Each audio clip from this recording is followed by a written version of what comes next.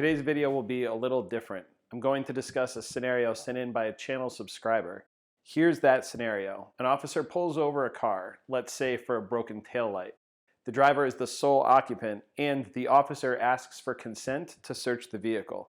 Let's say the officer doesn't have reasonable suspicion for the search, and the search will proceed based upon consent alone.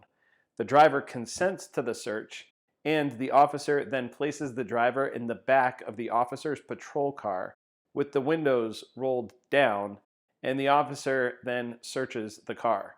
Let's say the officer finds a pound of meth in the trunk.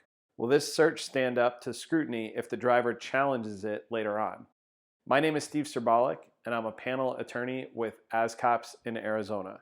I'm going to discuss some of the issues related to this scenario, but know that this video is not legal advice.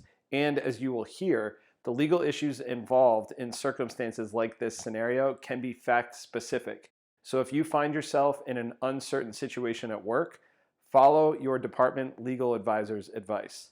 With that said, here are some factors to consider.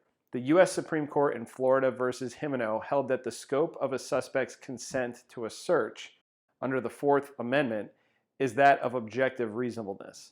This was explored in the context of revoking consent in the case United States versus McWeeny. In McWeeny, a Las Vegas Metro police officer asked the two occupants of a vehicle if the occupants were in possession of anything that they were not supposed to have. The occupants said no, and the officer then asked if they minded if he looked in the car. The occupants orally consented to the officer's request.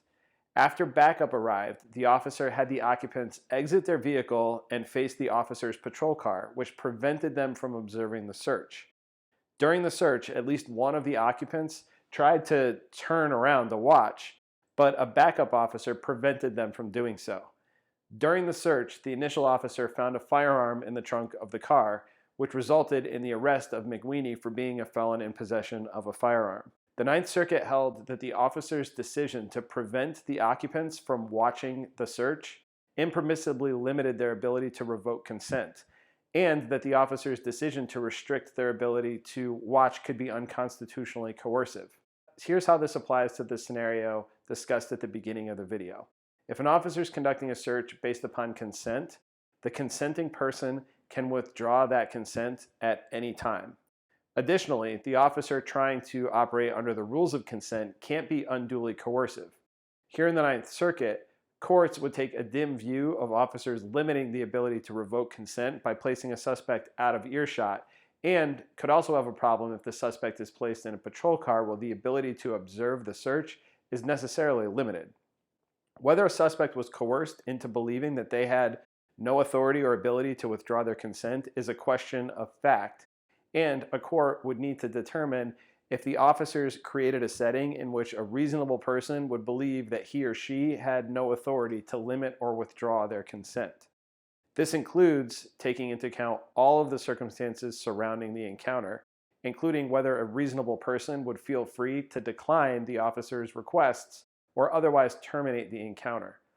All of that said, even if officers inform a suspect that they can yell out of an open window if they want to withdraw the consent to a search, this may not survive scrutiny, particularly in the Ninth Circuit, as a person in the back of a patrol car may reasonably believe that they are not free to decline the officer's request, or that they were being otherwise coerced to allow a search to occur.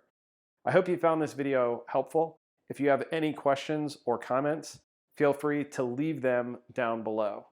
Please like this video to help me with the YouTube algorithm so it's shown to more interested viewers. And please subscribe for more law enforcement lesson videos. And click the notification bell so that you know when videos are released. Videos come out at 5:30 p.m. every Sunday, Arizona time. I'm Steve Serbalik. Thanks for watching and stay safe out there.